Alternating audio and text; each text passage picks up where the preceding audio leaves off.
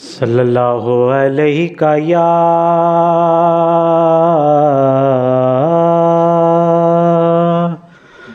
رسول اللہ وسلم علیہ یا حبیب اللہ۔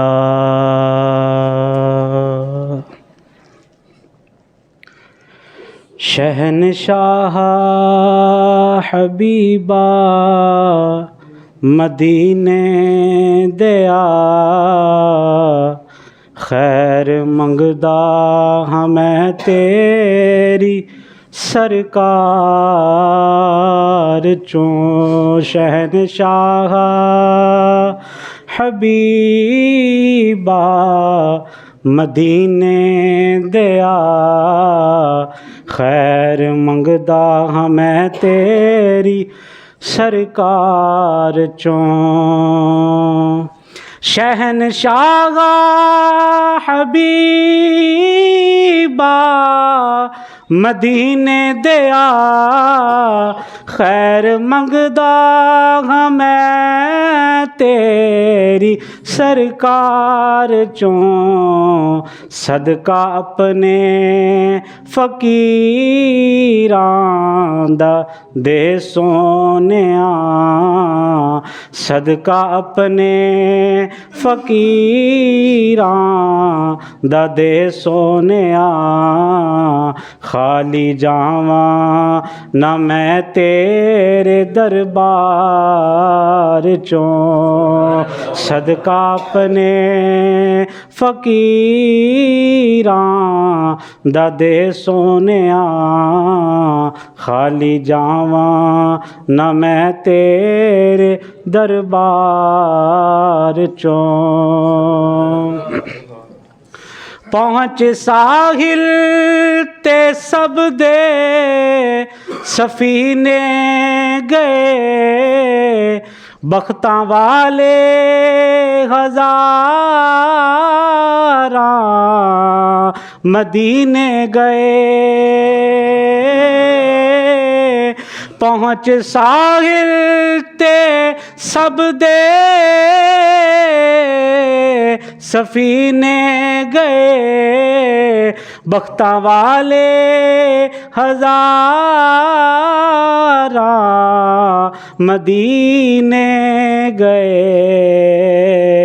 میرے بختاں دی کشتی وی نام خدا، میرے بختاں دی کشتی وی نام خدا، پار کر دے غماں دے تو مجھدار چوں۔ میرے بختاں دی کشتی وی نام خدا، پار کر دے غماں دے تو مجھدار چوں۔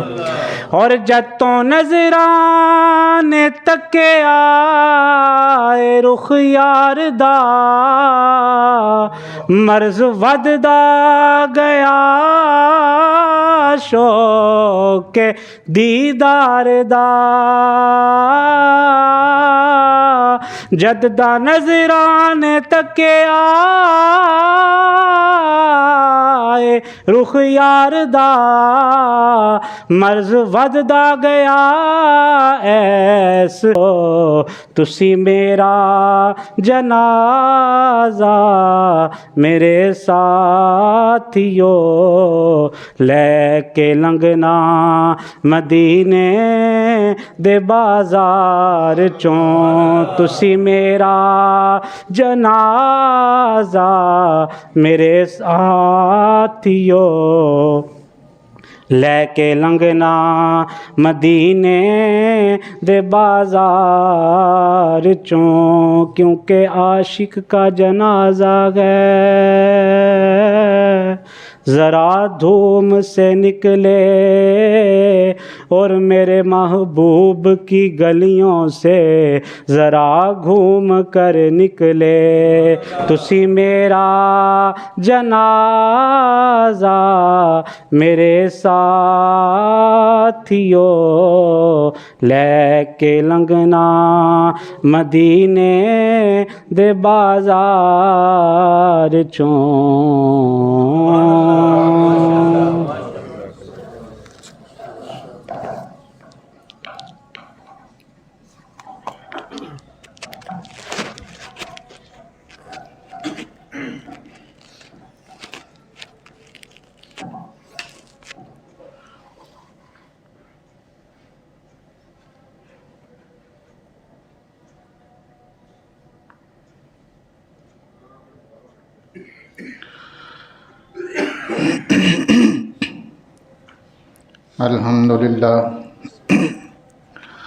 الحمد للہ رب العالمین والعاقبۃ للمتقین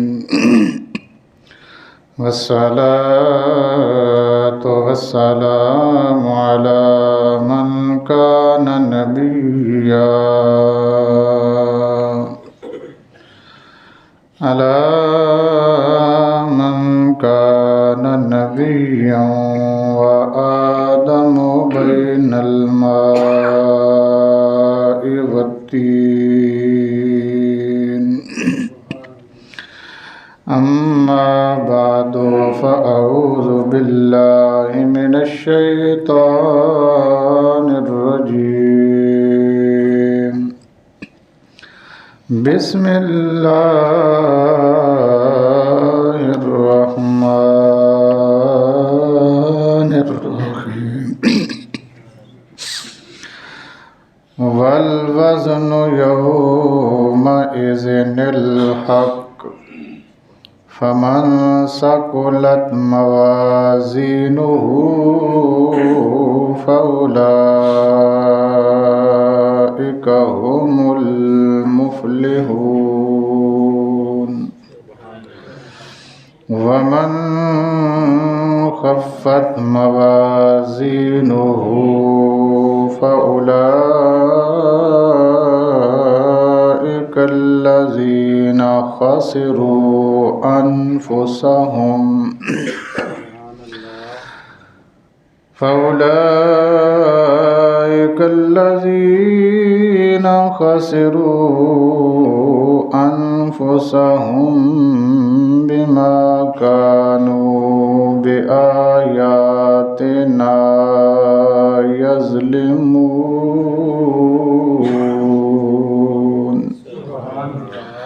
ونضع الموازين القسط ليوم القيامة فلا تظلم نفس شيئا وإن كان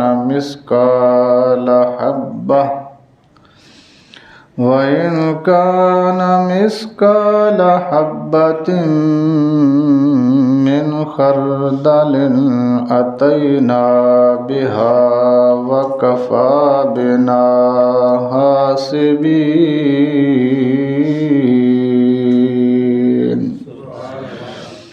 آمنت بالله صدق الله مولانا العظيم وصدق رسوله النبي الكريم الأمين ونحن على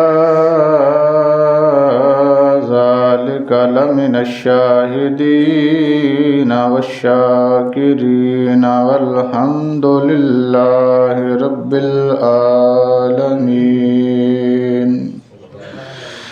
إن الله وملائكته يصلون على النبي يا أيها الذين آمنوا صلوا عليه وسلموا تسليما الصلاة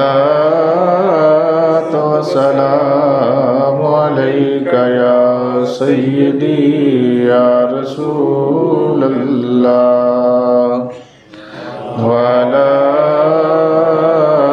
آلک وأصحابک یا سیدی یا حبیب اللہ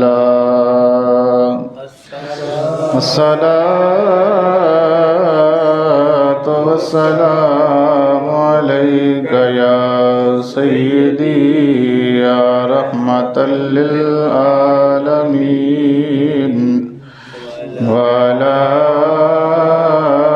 آلک وأصحابک یا سیدی یا خاتم النبیین۔ رب کریم کی حمد و ثنا حضور نبی اکرم نور مجسم شفیع معظم صلی اللہ علیہ وسلم کے دربار رسالت مآب میں ہدیہ درود و سلام عرض کرنے کے بعد انتہائی معزز و محتشم حاضرین و سامعین، السلام علیکم ورحمۃ اللہ وبرکاتہ۔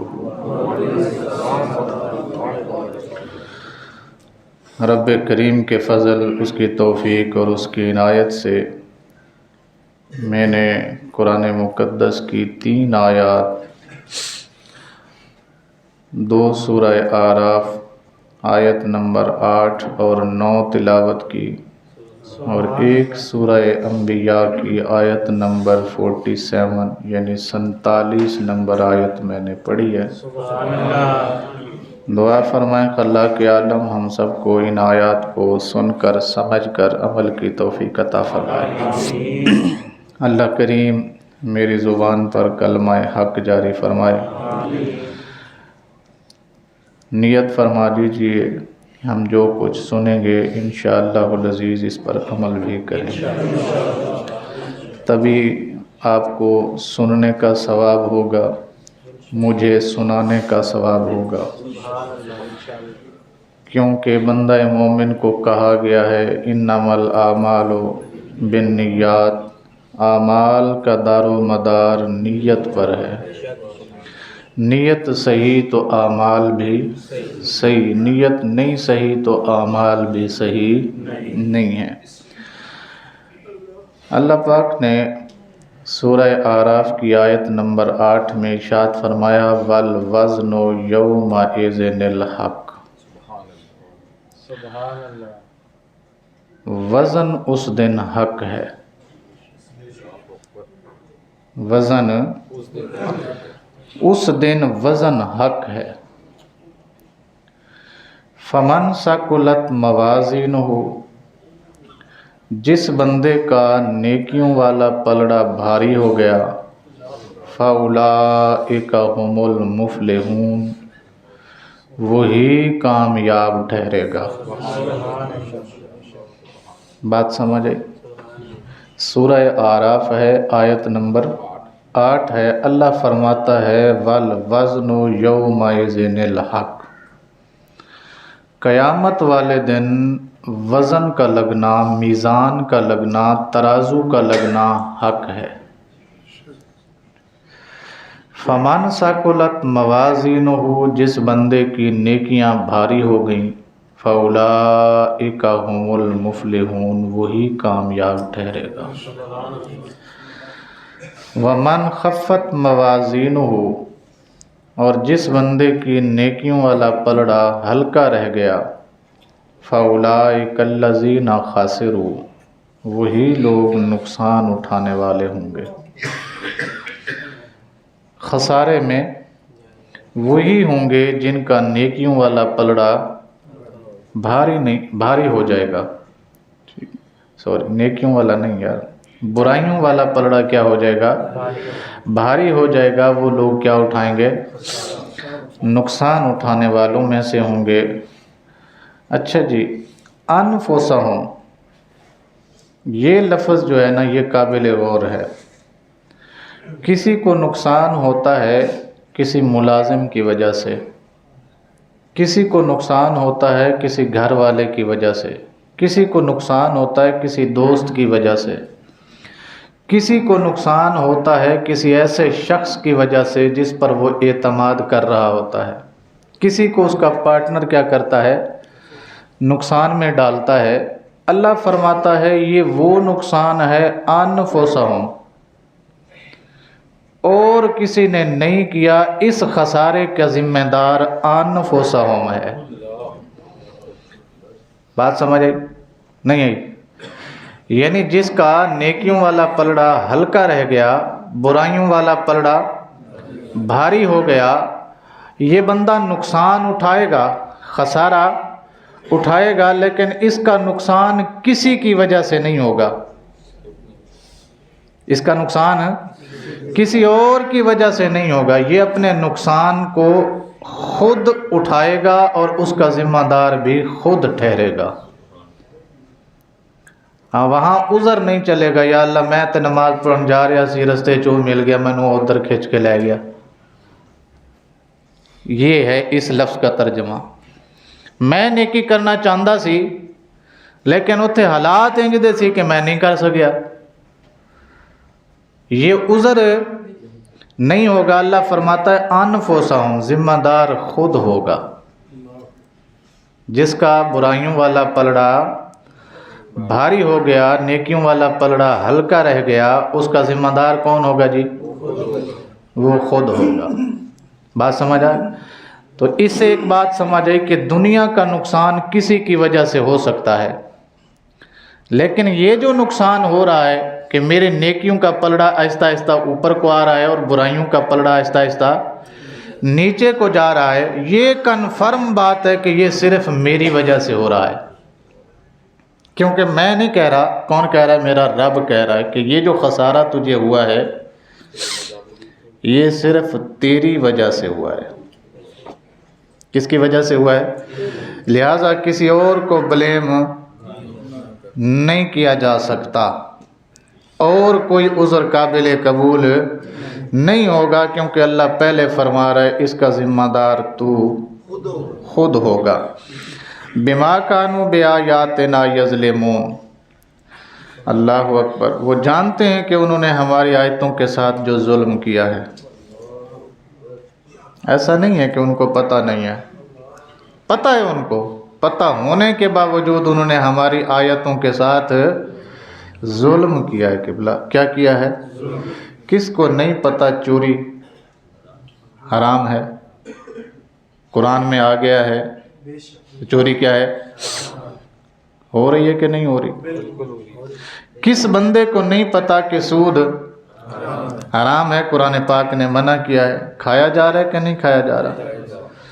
کس بندے کو نہیں پتا کہ جناب کسی کی عزت داغدار کرنا گناہ کبیرہ ہے؟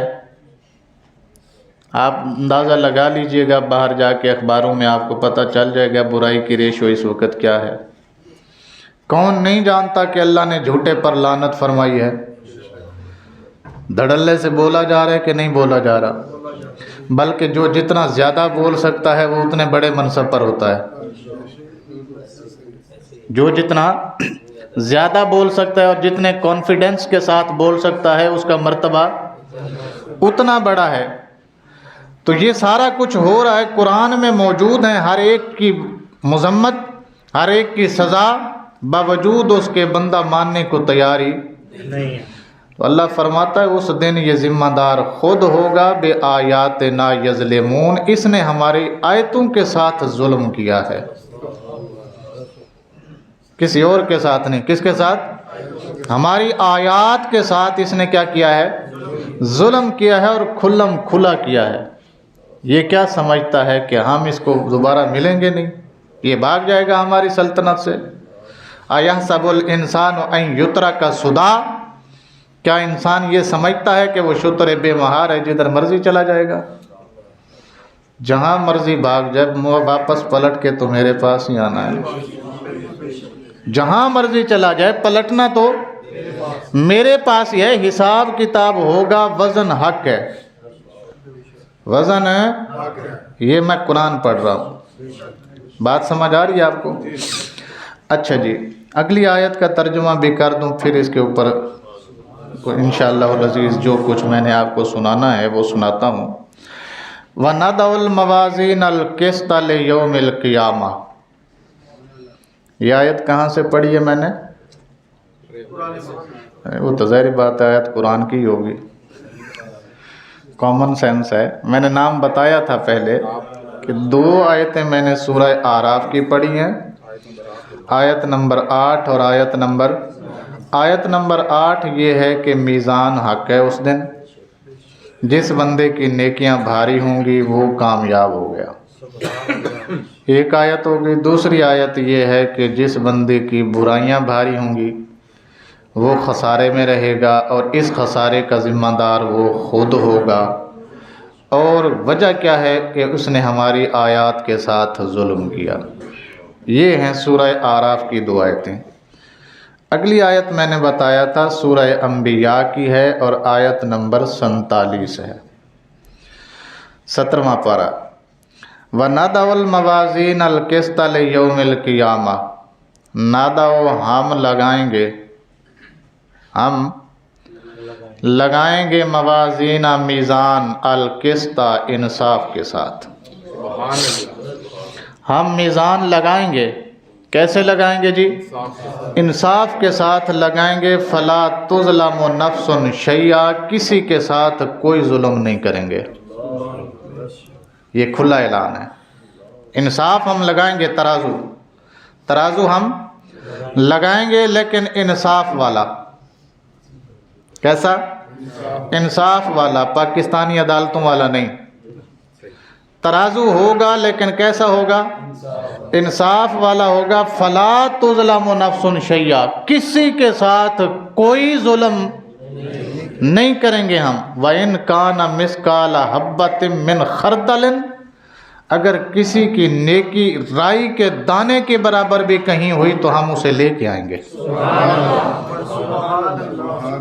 کسی کی نیکی رائی کے دانے کے برابر بھی کہیں ہوئی ہم اسے تولنے کے لیے پلڑے میں لے کے آئیں گے، لیکن اس کے ساتھ ساتھ برائی بھی اگر رائی کے دانے کے برابر ہوئی تو وہ بھی لے کے آئیں گے۔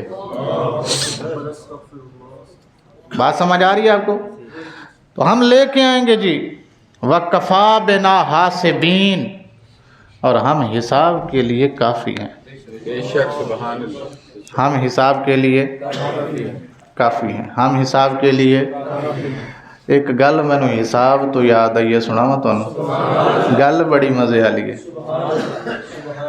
اعلیٰ حضرت نے ایک شعر میں کہا ہے، فقط اتنا سبب ہے انعقاد بزم محشر کا کہ ان کی شان محبوبی دکھائی جانے والی ہے۔ ہن ایدا ترجمہ میں ہور پھر پنجابی وچ کراں تاکہ تانوں سمجھ آ جاوے۔ اعلیٰ حضرت کہندے نے اللہ تعالیٰ نے جڑا محشر دا دن بنایا نا، ایدی کوئی وجہ ہے، اونچی بولو، اے جڑا محشر دا دن ہے نا اللہ تعالیٰ نے بنایا ہے، ایدی صرف ایک کوئی وجہ ہے۔ احمد رضا وہ وجہ کی ہے، فرمایا اس دن اللہ نے اپنے یار دی شان دکھانی ہے، ایک کوئی وجہ ہے کہ فقط اتنا سبب ہے، فقط اتنا سبب ہے انعقاد بزم محشر کا، ان کی شان محبوبی دکھائی جانے والی۔ یہ ہے عاشق، یہ کیا ہے؟ عاشق ہے۔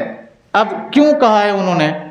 اللہ فرماتا ہے ہم حساب کے لیے، علماء نے لکھا ہے کہ یہ جو حساب کتاب ہوگا اس کے اوپر جو ٹائم صرف ہوگا اللہ کا، ہمارے اوپر نہیں۔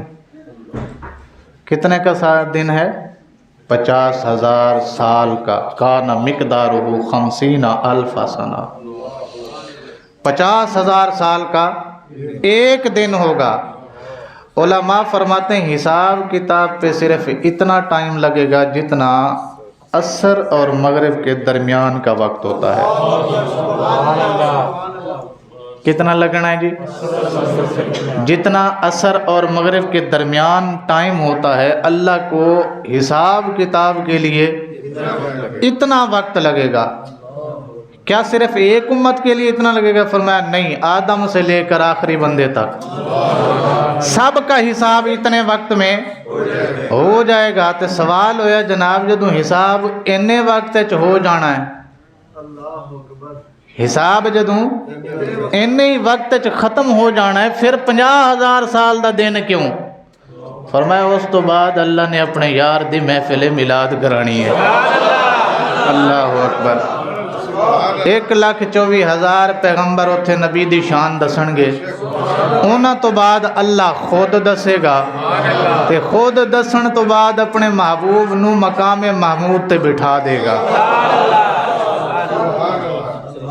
اے منو ویسے گل یاد آگئی سی، گل چو گل نکلی تے میں کہ ذرا سبحان اللہ کہوا لئیے تو کیونکہ جتھے ڈر ہوئے اتھے خوشخبری بھی ہونی چاہیے دی نا، کیونکہ ساڑھے نبی دی شان ہے مبشروں و نذیرہ۔ کی شان ہے ساڑھے نبی دی؟ ہاں جی، ساڑھا نبی خوشخبریاں بھی دیندہ ہے تے ڈر بھی سناندہ ہے۔ کلا خوشخبریاں تے بھی نہیں رکھدا تے کلا ڈر تے بھی نہیں رکھدا۔ ٹھیک ہو گیا جی؟ کہاں تھے ہم؟ اللہ فرماتا ہے میں حساب کے لیے، آیتاں سمجھ آ گئیاں؟ اے قرآن دیاں آیتاں 3 میں پڑھیاں سمجھ آ گئیاں جی؟ کسے نو نہیں آئیاں تے میں دوبارہ پڑھن نو تیار ہوں۔ آ گئیں؟ اگے چلیے۔ اللہ اکبر۔ ہم سب مسلمان ہیں جی، الحمدللہ رب العالمین، نبی پاک کے غلام ہیں۔ ہمارے ذمہ اللہ کی طرف سے کچھ احکامات ہیں جو اجمالی کہلاتے ہیں۔ کیا کہلاتے ہیں؟ چلو میں آپ کو پتہ نہیں اجمالی سمجھ آئے گا کہ نہیں آئے گا، سرسری کہلاتے ہیں۔ کیا کہلاتے ہیں؟ سرسری اعمال کہلاتے ہیں وہ، ان کے وضاحتی بیان رسول اللہ نے دیے ہیں۔ بات سمجھ آئی؟ نہیں آئی؟ مثال دیتا ہوں۔ اللہ فرماتا ہے نماز قائم کرو، قرآن میں آیا اقیم الصلاۃ۔ کیا آیا؟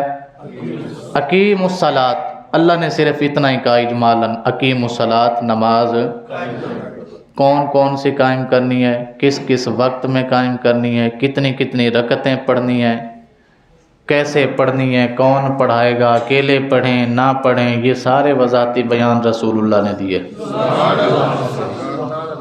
بات سمجھ آئی آپ کو؟ اللہ کا جتنا بھی قرآن ہے یہ سرسری احکامات پر مشتمل ہے، وضاحت میں نہیں ہے۔ میں اس کی مثال دیتا ہوں، جس طرح آئین پاکستان ہے، آئین پاکستان اور ہے، اس کی تشریح آگے وہ کوئی بھی وکیل کر سکتا ہے، کوئی بھی جج کر سکتا ہے، لیکن قرآن کی تشریح فقط رسول اللہ ہی کر سکتے ہیں۔ قرآن کی تشریح فقط یہ اللہ کے رسول کا کام تھا، اللہ کے رسول نے کر دیا۔ ٹھیک ہو گیا جی؟ اب سوال یہ ہے کہ یہ جو ہم تشریح تفسیر کر رہے ہیں تو بھائی ہمارے اپنے اندازے ہیں، ہمارے اپنے، قرآن کی تفسیر قرآن خود کرے یہ سب سے اعلیٰ تفسیر ہے۔ قرآن کی تفسیر قرآن خود کرے یہ سب سے اعلیٰ تفسیر ہے۔ میں مثال دیتا ہوں، سورہ فاتحہ پڑھتے ہیں آپ ہر نماز میں؟ الحمدللہ رب العالمین الرحمن الرحیم مالک یوم الدین ایاک نعبد و ایاک نستعین اہدنا الصراط المستقیم۔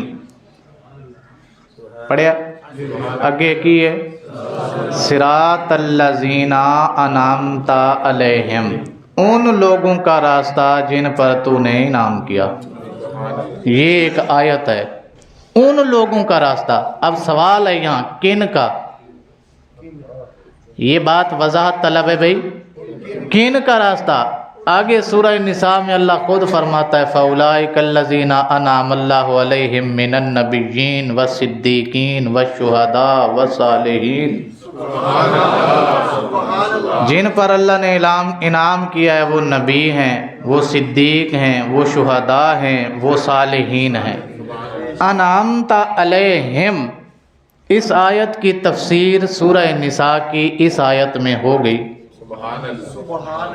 بات سمجھ آئی آپ کو؟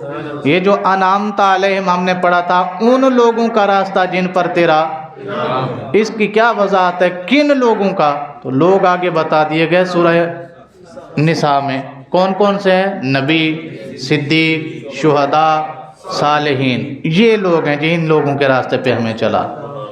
ٹھیک ہو گیا؟ تو پہلی تفسیر کون سی ہے جی؟ تفسیر القرآن بالقرآن۔ پہلی تفسیر، قرآن اپنی تفسیر خود کرے قرآن سے۔ دوسری تفسیر ہے تفسیر القرآن بالحدیث۔ تفسیر القرآن بالحدیث، یا تو قرآن کی تفسیر قرآن خود کر دے، یعنی ایک آیت اجمالاً آئی ہے، دوسری اس کے آگے کہیں وضاحت آ جائے، اس کو سب سے اعلیٰ تفسیر کہتے ہیں۔ سب سے اعلیٰ اور افضل تفسیر کون سی ہے؟ تفسیر القرآن بالقرآن۔ لیکن قرآن کی 6666 آیات ہیں، ہر آیت ایک دوسرے کی تفسیر نہیں کرتی۔ کچھ ہیں مثالیں جہاں ایک آیت دوسری کی تفسیر کر دیتی ہے، ایک آیت میں اجمال ہوتا ہے، دوسری میں اس کی تفصیل آ جاتی ہے، ایک مقام پر صرف ذکر ہوا، دوسرے مقام پر اس کے احکامات آ جاتے ہیں واضح، لیکن ہر آیت کے ساتھ ایسا نہیں ہے۔ اچھا، دوسری کون سی ہے؟ تفسیر القرآن بالحدیث۔ کیا مطلب؟ قرآن ہے، اجمال ہے، لیکن وضاحت کہاں ہے؟ حدیث میں۔ یہ سب سے اعلیٰ کے بعد دوسرے نمبر پر ہے۔ اب اس کے بعد تیسری جو تفسیر ہے نا جی، اس کو کہتے ہیں تفسیر بالماسور۔ کیا کہتے ہیں؟ تفسیر بالماسور۔ صحابہ، تابعین، تبع تابعین کے اقوال ہوں اس میں۔ کس کے؟ قرآن کی آیت ہو، سمجھ نہیں آ رہی تو مسئلہ صحابہ کی بات سے سمجھا جائے گا، صحابہ کی بات نے نہیں سمجھایا تو تابعین کی بات سے سمجھیں گے، تابعین نے نہیں سمجھایا تو کون سمجھائے گا؟ تبع تابعین۔ یہاں تک تفسیر بالماسور ہے۔ اس کے آگے جتنی بھی تفاسیر ہیں، علماء تفسیر اسے کہتے ہیں تفسیر بالرائے۔ اپنی رائے ہے میری، ہر بندے کو حق ہے، کوئی اختلاف کر سکتا ہے، اسے کیا کہتے ہیں؟ سب سے اتھینٹک تفسیر کون سی ہے؟ تفسیر القرآن بالقرآن۔ دوسرے نمبر پر تفسیر القرآن بالحدیث۔ تیسرے نمبر پر تفسیر بالماسور، اقوال صحابہ، تابعین یا پھر تبع تابعین کے اقوال ہوں۔ اس کے بعد جتنی بھی تفاسیر ہیں اس کو کیا کہتے ہیں؟